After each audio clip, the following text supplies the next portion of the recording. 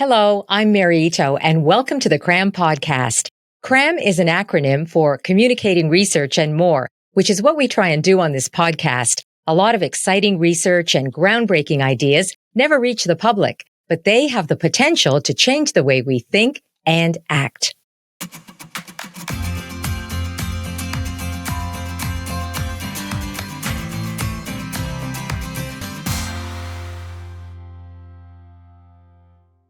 Tribalism. I'm sure you've heard that word, and maybe more so lately. It's a word that's often associated with something negative. Me against you, us against them. It's seen as divisive and something that can lead to rejection, isolation, violence. But tribalism can also mean family, community, solidarity. So what exactly is tribalism? How did it come about? And is it possible to use it for good, for the good of the human race? David Samson is an evolutionary anthropologist with the University of Toronto, and he explores this vital part of the human condition in his new book called Our Tribal Future. Hi, David. Thanks for joining us. Hi, Mary. It's an absolute pleasure to be here.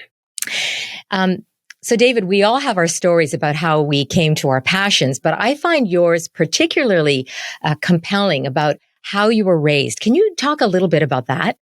Sure, yeah. And in fact, it's one of the reasons why I think I'm acutely sensitive to tribal signaling in and of itself is I was raised in a fundamentalist religion. So my father was a minister for most of his adult life, and I was a preacher's kid up until I was about 16 or 17 when he eventually resigned from the church.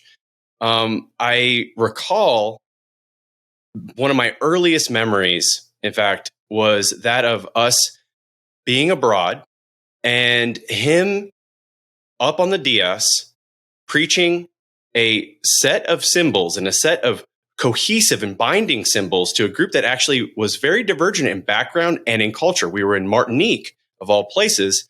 And I remember a sense of community, connection, despite that difference in background. And I think religion as a tribal signal is a very powerful one. And I grew up in this environment, and it really shaped the way I look at the world. Oh, see, what I find so interesting about that is when you say fundamental Christianity, are we talking creationism?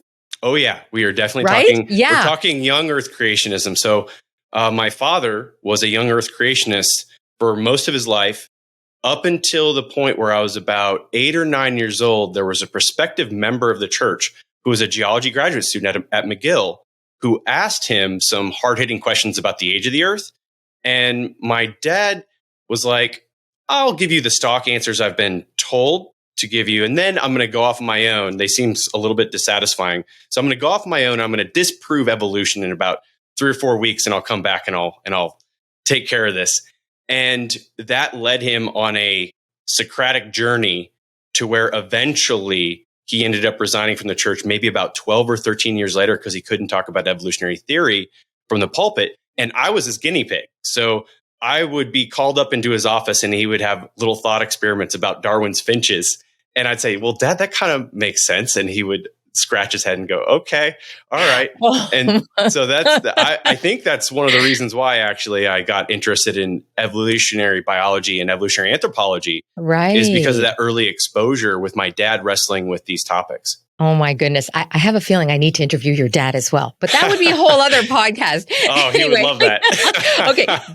Back to tribalism. So you came out of one tribe, which is the religious tribe, right? And of course we all belong to so many tribes, but before we go on, can you tell us what exactly is tribalism?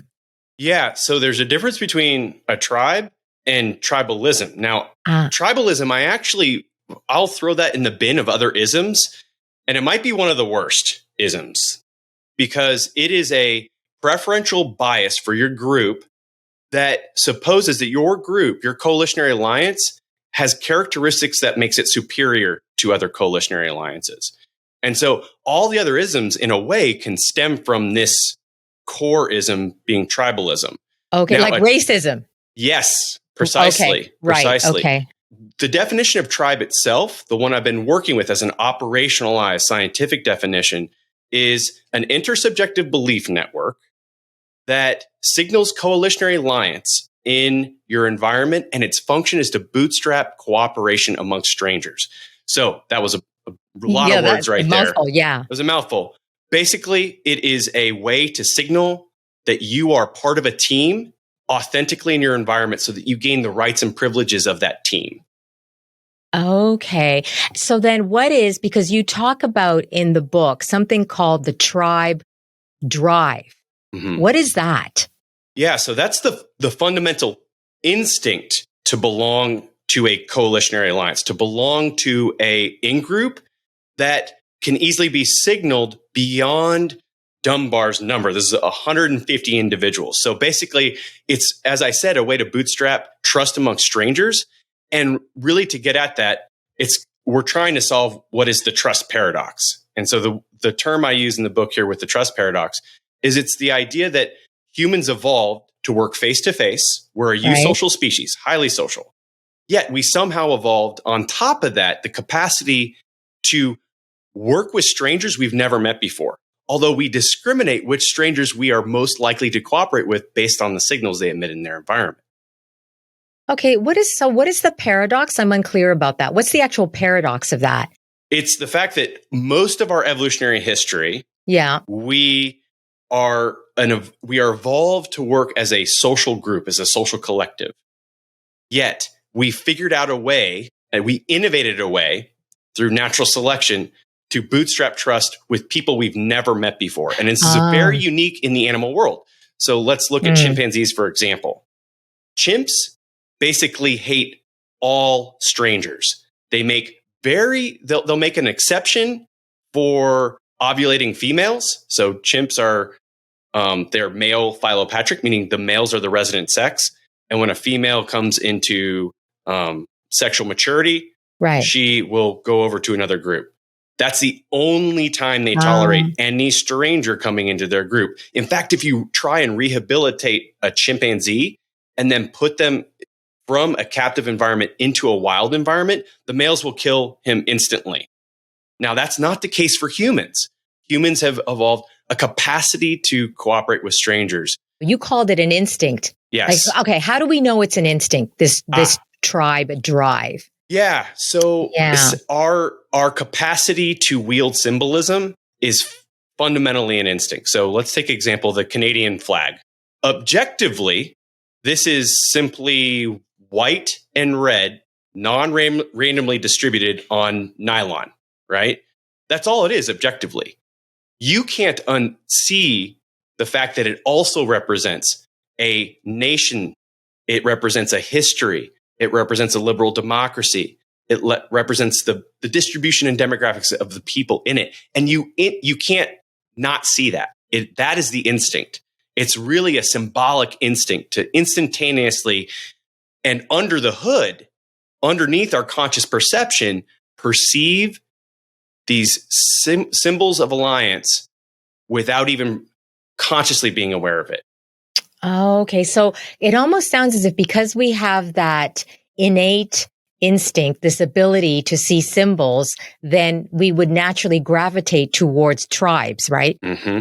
Yeah, because Precisely. That's what they're all about. Symbols and signals. And perhaps actually now might be a good time to give an analogy that will allow us to explore the natural history of tribalism a little bit better. So let's boil down the evolution of our genus, which is 1.8 million years old, right? Let's boil it down into a 100-minute movie so that we can grasp the time span and the key moments in our evolutionary trajectory here. So at 1 minute in the movie, camps evolve. So for the very first time, we start dwelling on the ground in East Africa, and the core social unit is that of a camp. It's about 20 to 30 adults, and they work together for the shared project of reproduction and survival. And for the rest of the movie here, it's kind of boring. You would need a David Attenborough to spice it up. It's kind of like a documentary until about 84 minutes left in the film. And something very interesting happens then.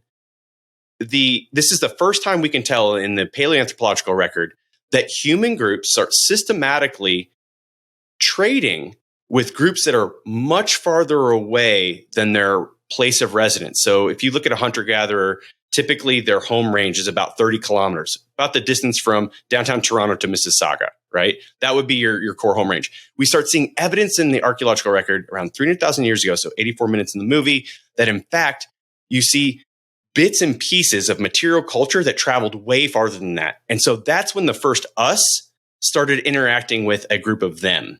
And Oh. it's around this time that we start seeing the symbolic information being embedded into these bits and tools. And so that happens at minute 84.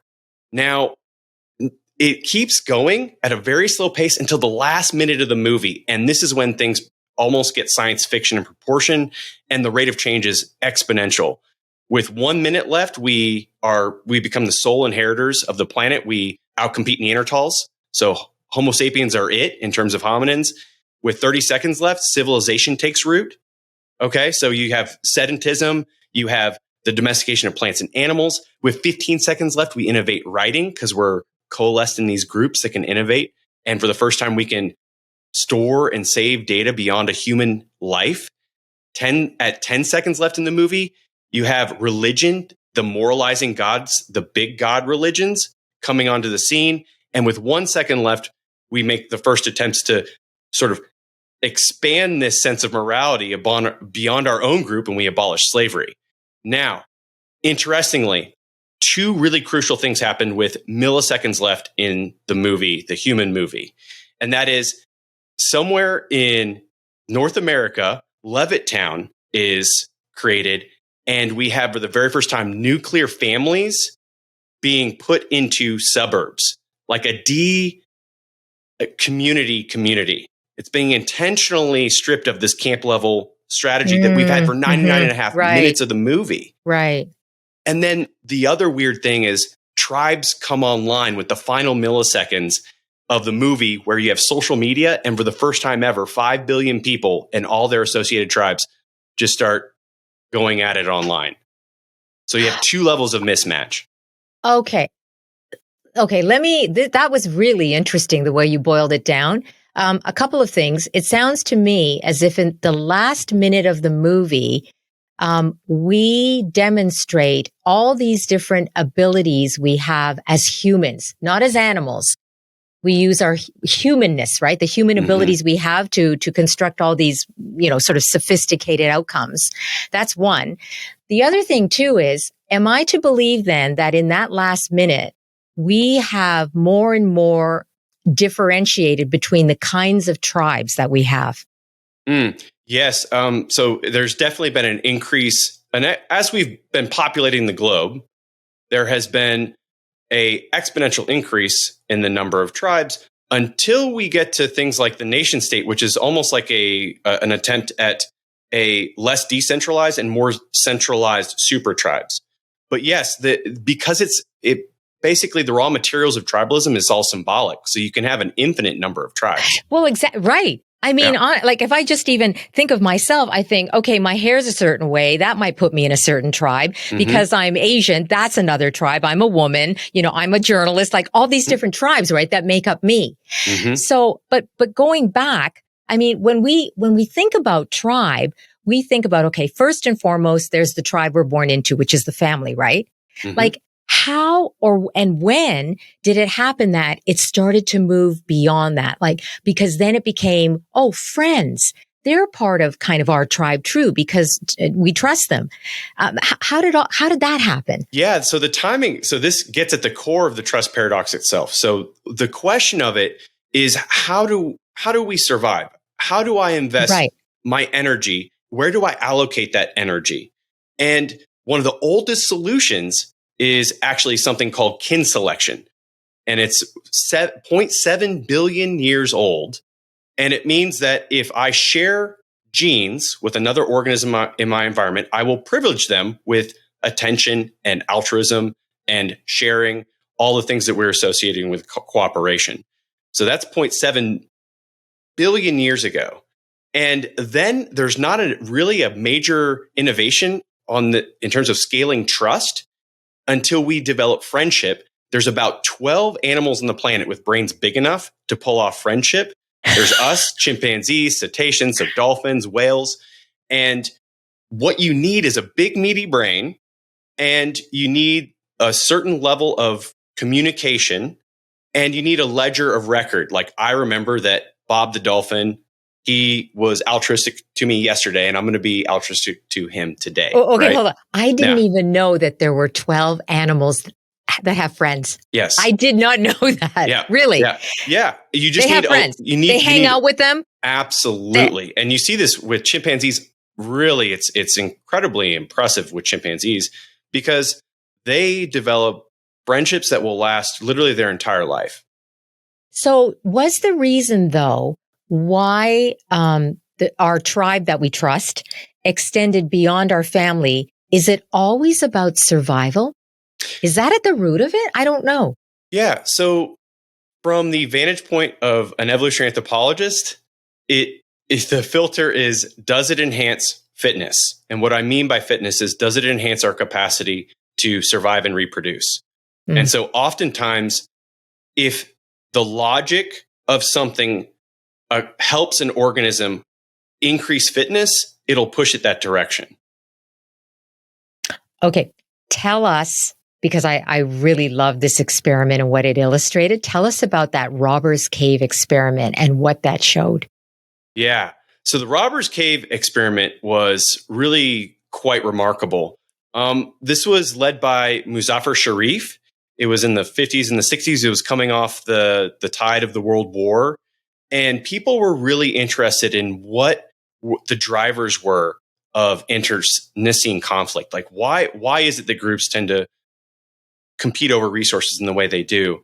And the Muzaffar Sharif study, so he figured out something quite remarkable. He controlled for the relatedness of the participants in the study. And so what this was is a group of adolescent boys. They were between 12 and 14.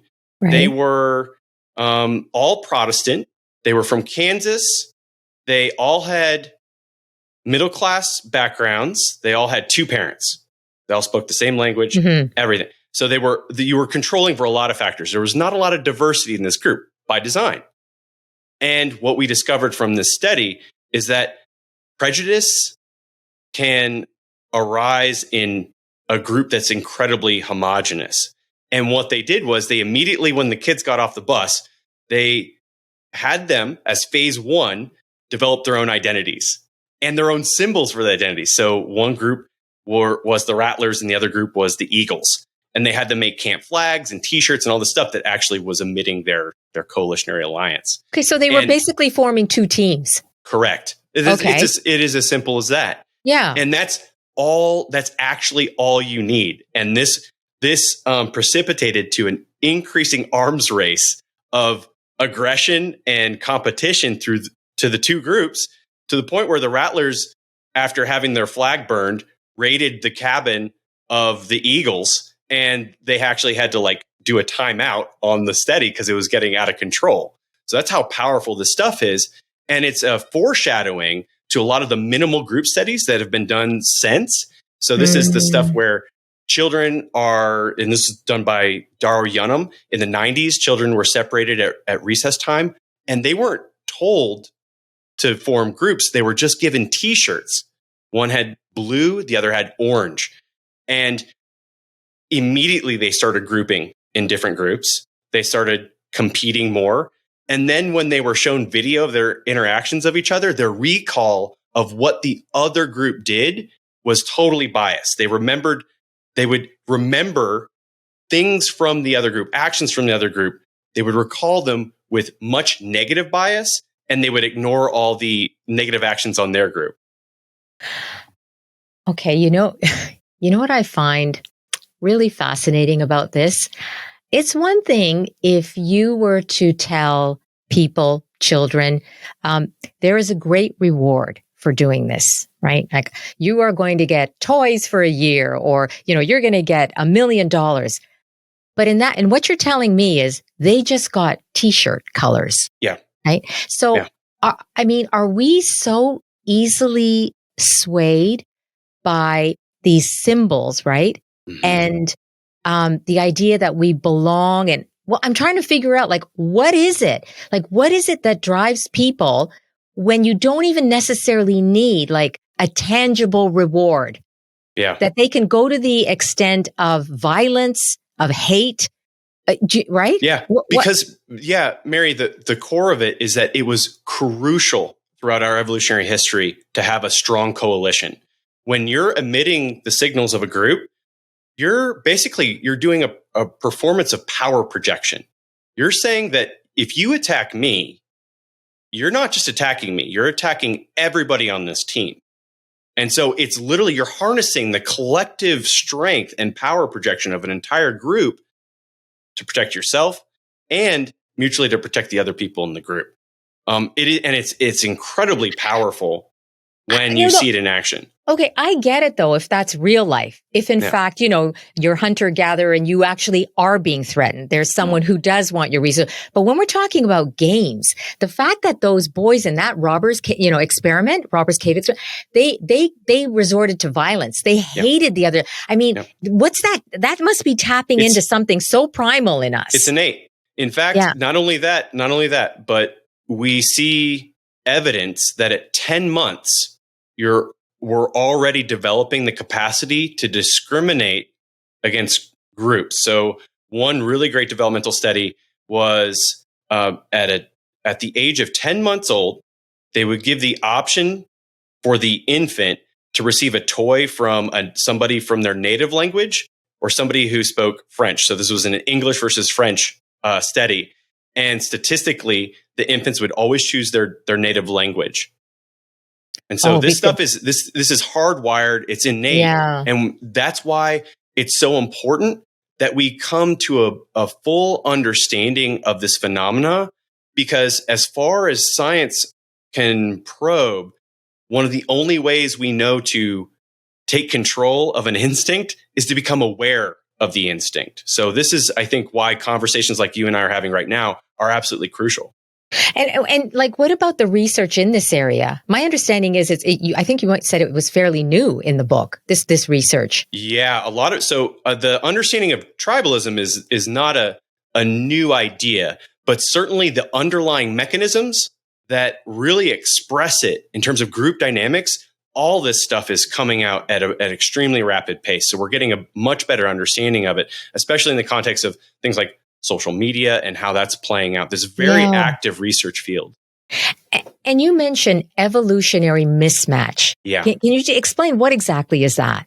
Yeah. So mismatch is the concept that we evolved for how things were, not how things are. So I can give a concrete example here from an adorable little beetle from South Africa called the South African jewel beetle. And they've actually had a massive state of mismatch thanks to humans who have been leaving around beer bottles in the environment, because the males are very attracted to females with these really big light reflecting pits in their shell. And these beer bottles have bigger, sexier pits. And so the males are actually mating with the beer bottles instead of potential female mates. And it's been a really big selective pressure against it. So this is an example of a species being out of sync with its environment. And this is usually what happens. It precipitates things like extinction. So the only way to help these beetles out is to perform an intervention, like stop throwing these bottles out or change the design of the bottles, which they did, and has helped them rebound in terms of their population. So when we think about this on a human level, it's fascinating to think of the ways in which modern society, that's weird societies, Western, educated, rich, democratic, industrialized societies, how we have put ourselves in a state of mismatch in our own environments. Okay. But I see it both ways. I mean, pardon me. In some ways, haven't we evolved and tried to create an environment that was good for us, right? Because we're not living outside anymore. Yep. We build houses, right? So, and we developed agriculture, to make our own food. How do you argue that one? Yeah. So when we got to define good, right? Now, it's good that we have easy access to calories, but is it good that those easy access to calories are in the form of McDonald's, hyper processed foods that are high in sugars, fats, and oils that our ancestors for 99 and a half minutes of the movie never had that level of access to before. They had to work very hard to get that level of fat or sugar in their diet. And so it's not that the progress is bad. It's that our evolved capacity to control ourselves in the context of this massive upscale and abundance, that's where the mismatch is. Right. And that's why it can harm us in terms of our health and wellness downstream. So that's the tricky thing about mismatch. Sometimes it's not immediate. Sometimes it can be an extended exposure to things that simply our physiology did not evolve for, or our minds evolved for. Isolation is a great example, right? Because we have, for 99 and a half minutes of the human movie, we were in camps and bands. We never had to be lonely. The loneliness is a totally aberrant experience that we're seeing more and more and more now in 2023, especially post-COVID.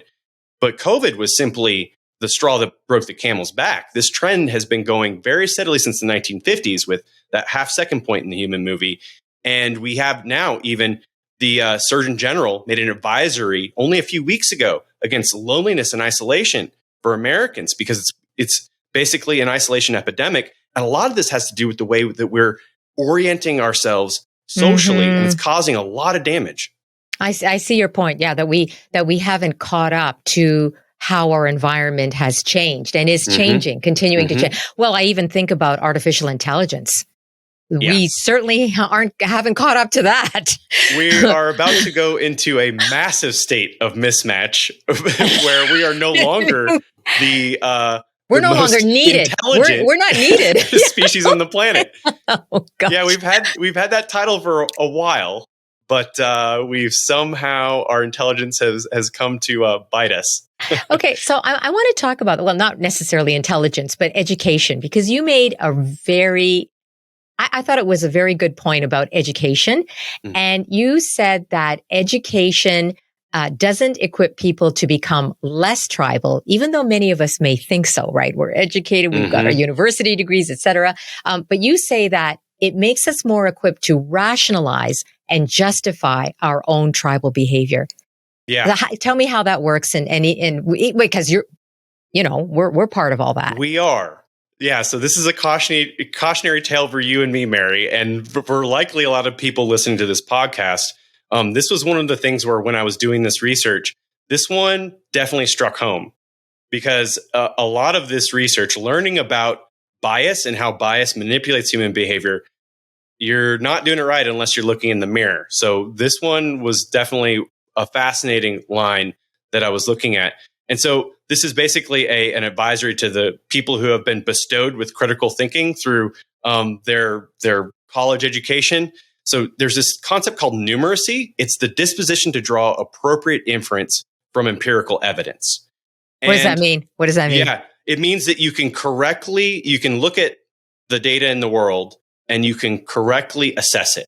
It's basically your capacity to assess it. And this is one part education.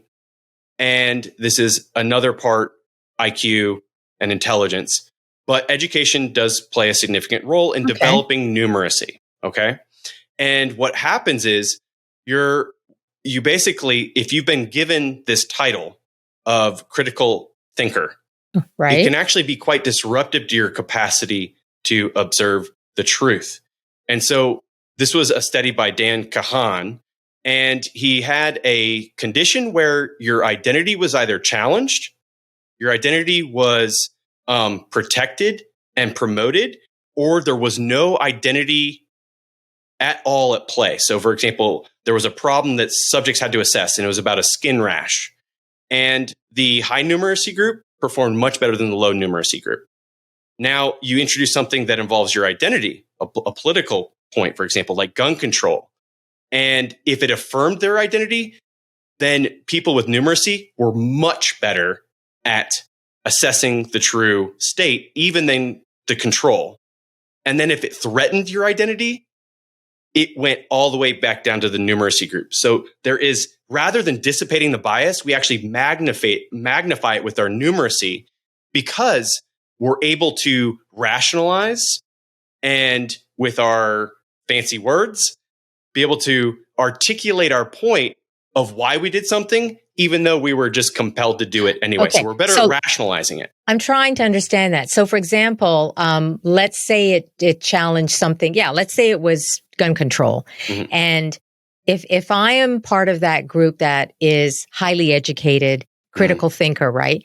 And I agree with gun control, then what does that mean? Yeah, that means that as if you agree with you identify as somebody that agrees with gun control, Right. then you're going to be able to spot the correct response, the data that supports your position and affirms your identity.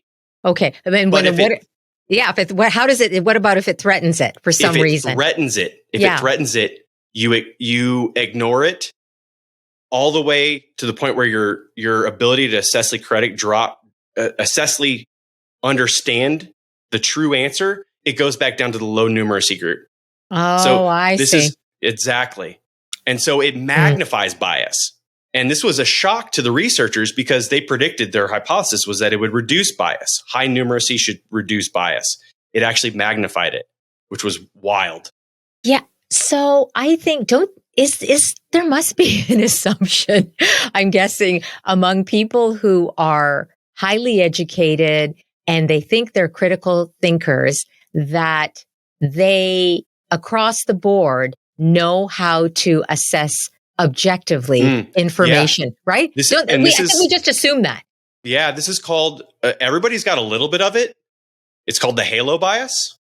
It's basically, I have a unique position of accuracy when I interpret the world that other people don't. Everybody has it. Turns out though, if you have high numeracy and you have that label, that identity of a critical thinker, it's even worse. So it's just something, this is a PSA to all those who have this identity to be very, very careful that when you're interpreting data, if you feel threatened at all, that's when you need to be most aware of it, because that means that you're literally neurophysiologically speaking, you're trying to protect your identity and you're very good at doing it all unconsciously. Yeah. And this makes me think the people well, everybody should be aware of it, but I'm thinking about researchers because researchers, by the very nature of their work, they're supposed to be objective, right? They're supposed to be impartial. But if you're not aware of this and you're studying something, then you can have, of course, all kinds of biases, right? Filtering in. Yeah. Absolutely. Yeah. Yeah, that's fascinating. Do you know, the other thing too that I was interested in connected to tribalism, and specifically with young people is the brain. And I think it's so important to know that, right? About adolescent brains and how they work and the role of tribalism. Yeah. Yeah. It turns out that the neocortex, that big meaty part of the head that most recently evolved, evolution, it appears that it purposely delays its maturation until we're 25. Which is shocking, and my students don't like hearing that one at all. Well, no, because we're supposed to be adults at like around 18, right? We're supposed to be. We're handing kids guns to fight in wars at 18. So you would assume that this would presuppose a fully developed neocortex, but it does not. But the reason why evolution, perhaps the hypothesis as to why evolution allowed this to happen, is because you want, during this very crucial period of time when you are most likely to form the cohort of friendships and you create your social network, you want a little bit of daring and a little bit of stupidity, because that's that's the kind of fuel for the cohesion that will make the group stronger in the long run. But it's a really dangerous time because not only are you more likely to make friends, which is great, but you're more likely to die of taking risks. You're more likely to commit violence or go to prison. You're more likely to perform genocide than any other time in your life. So it's a very crucial time that apparently with humans was sort of baked into the developmental process, which is kind of shocking. And would that be the time then, those adolescent years, when we form very strong tribes? And it would be, yeah. And coalesce. And it's especially crucial because during that period, we're really searching for an identity. Yeah. We're trying to really tightly define and circumscribe what our identity is. And it appears that that's the time we're most likely to do it. And then the other thing too, I was thinking, and you did mention altruism earlier. How does tribalism explain altruism and empathy, which we have, and certainly, for family members and friends, but even for strangers, right? Mm-hmm. We can perform an altruistic act. And I know this has been shown in studies as well, even with babies. So that's instinctual as well, right? Yeah. So how does that fit with our tribal nature? Yeah. So here we got to go to a little neurophysiology. So there's the social self part of the brain. It's the anterior cingulate cortex. But really what this does is it circumscribes what we feel in our social world is close to us, or in some instances, when you have a very tight relationship, almost identical to us on a neurophysiological level. And so that part of the brain controls who we feel sympathy and empathy towards. And this is a very limited resource. It's really sympathy groups. Psychologists have measured this. Sympathy groups on average number about 12 individuals. And the way that they measure this is the number of individuals that you would feel profound loss if they died. And so this is a very limited resource.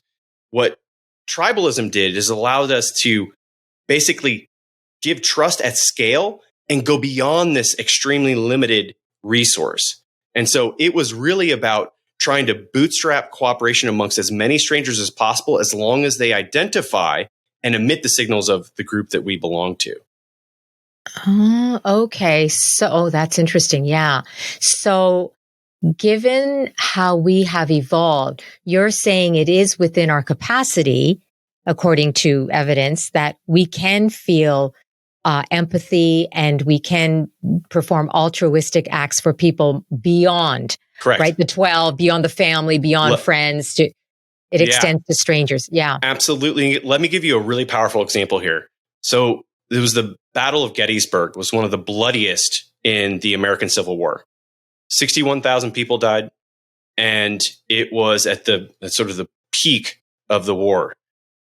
A really fascinating thing occurred during this battle. So Louis Armistead was a general for the Confederates, and in a picket charge, he got hit by a bullet, shot off his horse, hit the ground, and in that moment, when his life's blood was bleeding out on the ground, he sent a symbol up into the air. This was a physical symbol with his hand.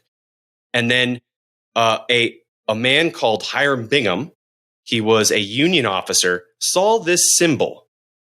He was on the other side of the war, right? The other team.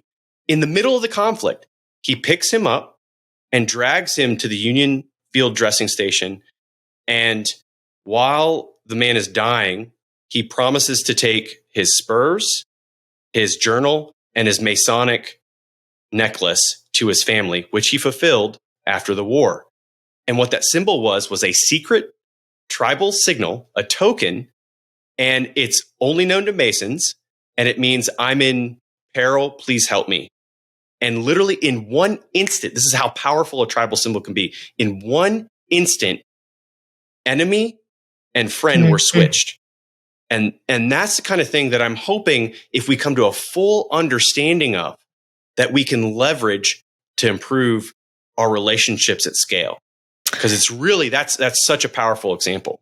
Yeah. So one tribe, the Masons tribe, took precedence over the enemy tribe. Basically, that's what you're saying. Absolutely. Yeah. So it was shifted. That identity was shifted immediately through the use of one symbol.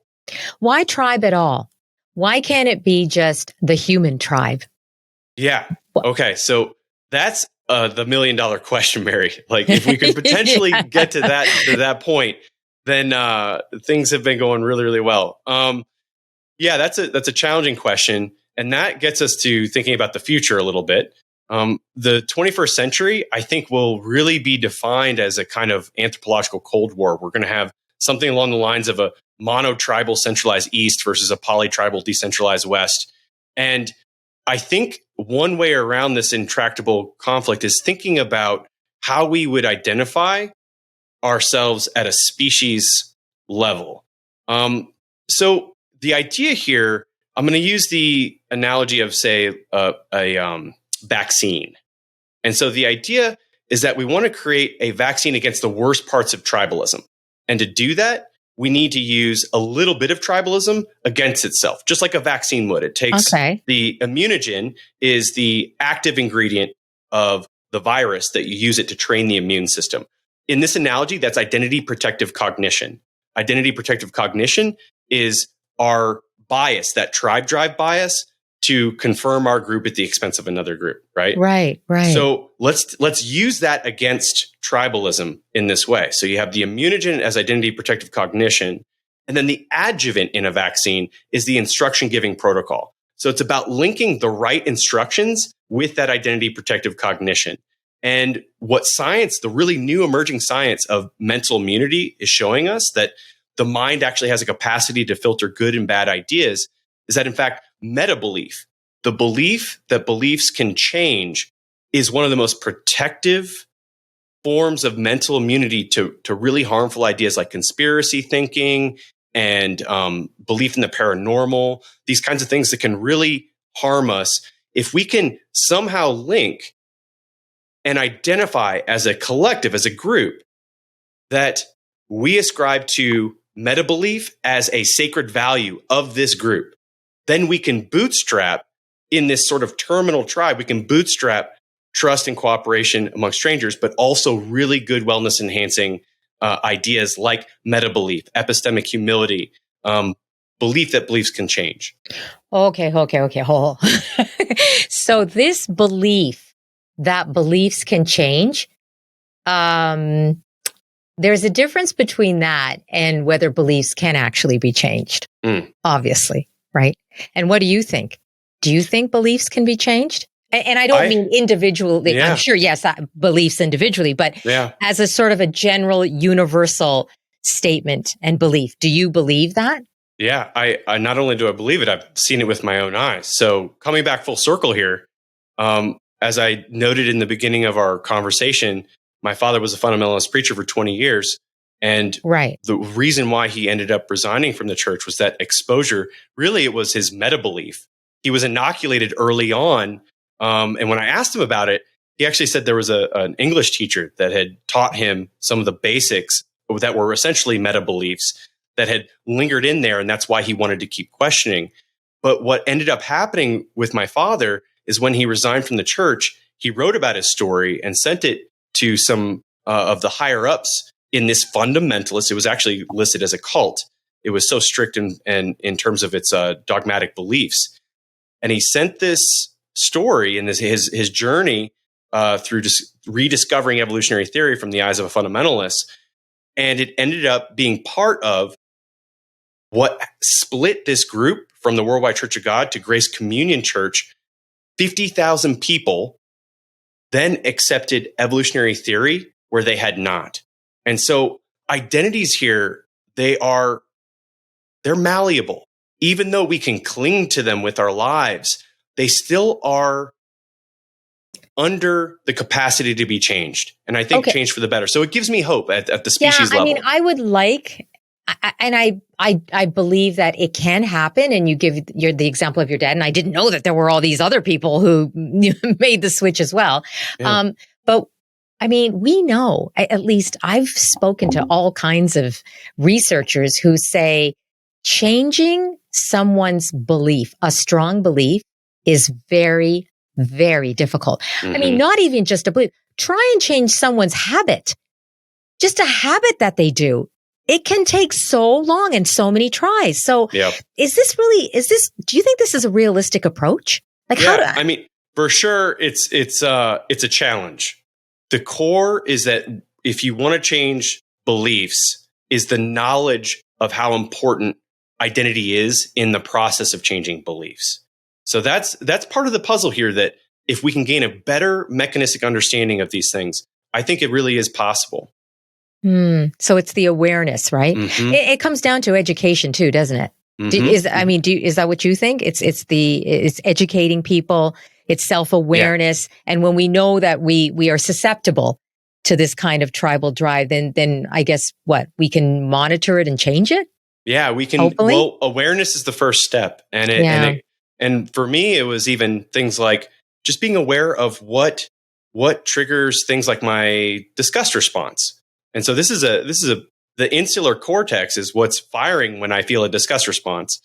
It lights up if I see a cockroach, and it also lights up if I see a social norm being violated. So evolution used the same things in our brain. And so being aware of when you are flipping through somebody's social media feed or you read an article and you go, oh, that disgusts me.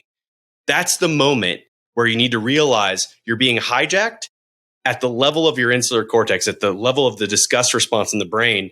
And no longer are you thinking clearly. You need to take a moment to let that feeling pass before you can objectively engage the content again. So really awareness and education, all these things that you're talking about, Mary, they're absolutely crucial to us solving this trust paradox. What is sort of the one last thought that you would like to leave people with after all and I mean, you've done a lot of research. There's a lot of research in your book, a lot of thought put into it. What would you like to leave people with? Yeah, that's a beautiful question. I think as someone who's studied the human condition as a profession, one thing that just leaps out to me is how human biology is actually an incredibly uniting force. We all, as a species, we share the fundamental experience of what reality is very similarly. We all want to fall in love. We all want to give love. We all want to be connected in pro-social social networks. We want to have strong ties with our kith and kin. We want to avoid things like getting sick. We're all afraid to die. And the reason why we share this 99% of this human experience together is because we share a common ancestry to a mitochondrial grandmother 250,000 years ago in Africa. And to me, that's an incredibly uniting idea.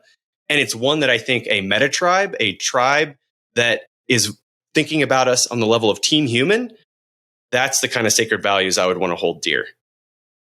Yeah, I like the way you put that. I think someone else I know, it might have been a astrophysicist, talked about wherever you are in the world, we're all under one sky. Mm-hmm. Yeah, I love guess that. the That's same beautiful. idea. Yeah. Wonderful discussion. Thank you so much, David, and all the best with your book. Well, thank you so much, Mary. It's been an absolute pleasure.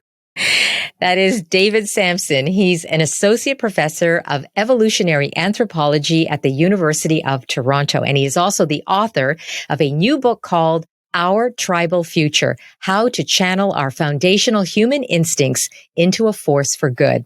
If you'd like to know more about David and his work, please check out our show notes.